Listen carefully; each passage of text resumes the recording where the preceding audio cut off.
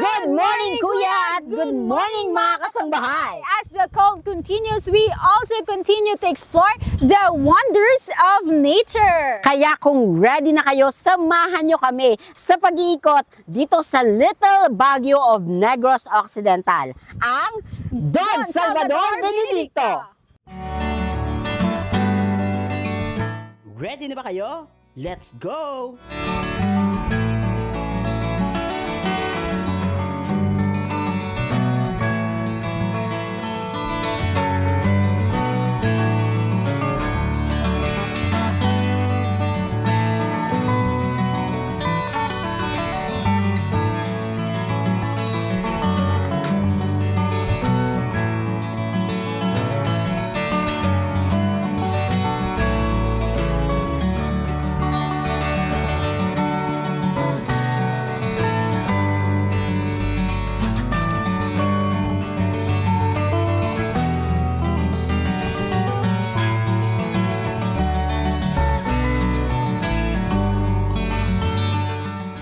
Yes, and with that, ang Don Salvador po ay ang tinaguriang summer capital ng Negros Occidental dahil nga po sa malamig at iba't ibang panahon dito. Yes, tama ka dyan, Jam. And although this is not our first time here going to Don Salvador, ay hindi pa rin naiiwasan na talagang ma-mesmerize kami sa ganda ng mga tanawin dito, di ba? Tama ka dyan. At makikita din natin dito sa aking bandang likuran yung iba't ibang klase ng halaman po dito na binibenta sa Don Salvador. Yes, kanina nga habang tayo ay bumabiyahe, marami kaming nakita na mga iba't ibang uri ng mga halaman which I know our plantitos and plantitas will surely like. At isa nga doon sa mga favorites mo ay ang tawag nila na money plant. So dito sa Don Salvador, mostly mga budget friendly ang kanilang mga halaman dito. So it ranges from 25 pesos to 3,000 pesos at meron ka na niyan na mga indoor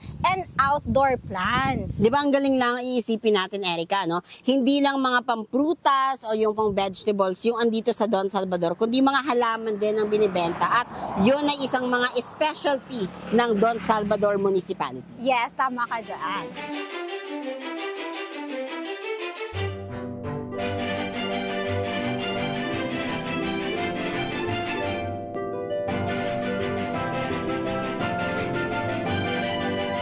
Ang munisipalidad ng Don Salvador ay napaliligiran ng mga puno at iba't ibang halaman o pananim. Kaya naman kung gustong mag-unwind, mag-relax and to relieve stress ay pwedeng-pwede ka dito. Isa sa mga pwede mong puntahan ay ang Falls Viewing Deck o kilala sa tawag na Malatanog Falls.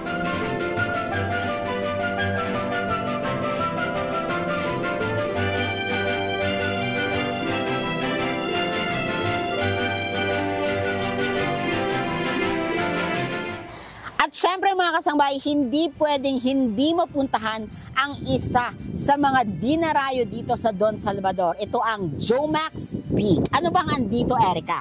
Yes, tama ka dyan, Jam. Isa sa mga tourist destination dito nga sa Don Salvador ay ang Jomax Peak. And they are open 9 a.m. till 5 p.m. At sa mga gustong mag-overnight ay pwedeng-pwede dito ang reservation and walk-ins 5 p.m. till 8 p.m. At for as low as 150 pesos ay mai-enjoy mo na ang scenery. Kasama na rin dyan ang isang cottage para sa inyong magpamilya at isang kape. Ayan, kaya sa mga gustong mag-overnight, worth 1,000 pesos lang ay good for 5 people na. Kaya naman mga kasangbahay, I suggest kapag pupunta kayo dito ay magdala kayo ng payong at the same time makapal na jacket dahil ang klima dito sa Don Salvador ay pabago-bago. Minsan maaraw, minsan maambon. Ayon, so dapat handa po tayo at itong Jomax Peak or overall itong Don Salvador ay para talaga sa lahat ng mga generations. If you wanted to relax and unwind, punta na kayo dito. So ano ba hinihintay nyo? Tara na!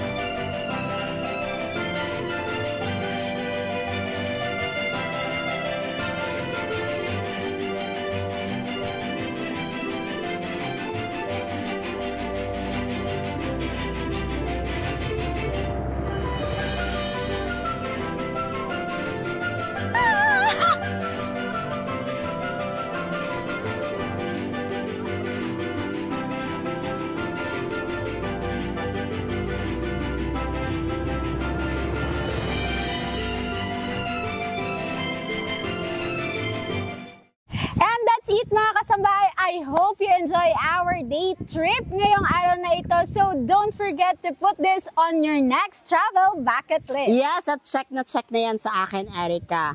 Sana sa inyo din mga kasangbahay. At samahan niyo sana kami sa susunod dating episodes dito lang sa Trip ko to!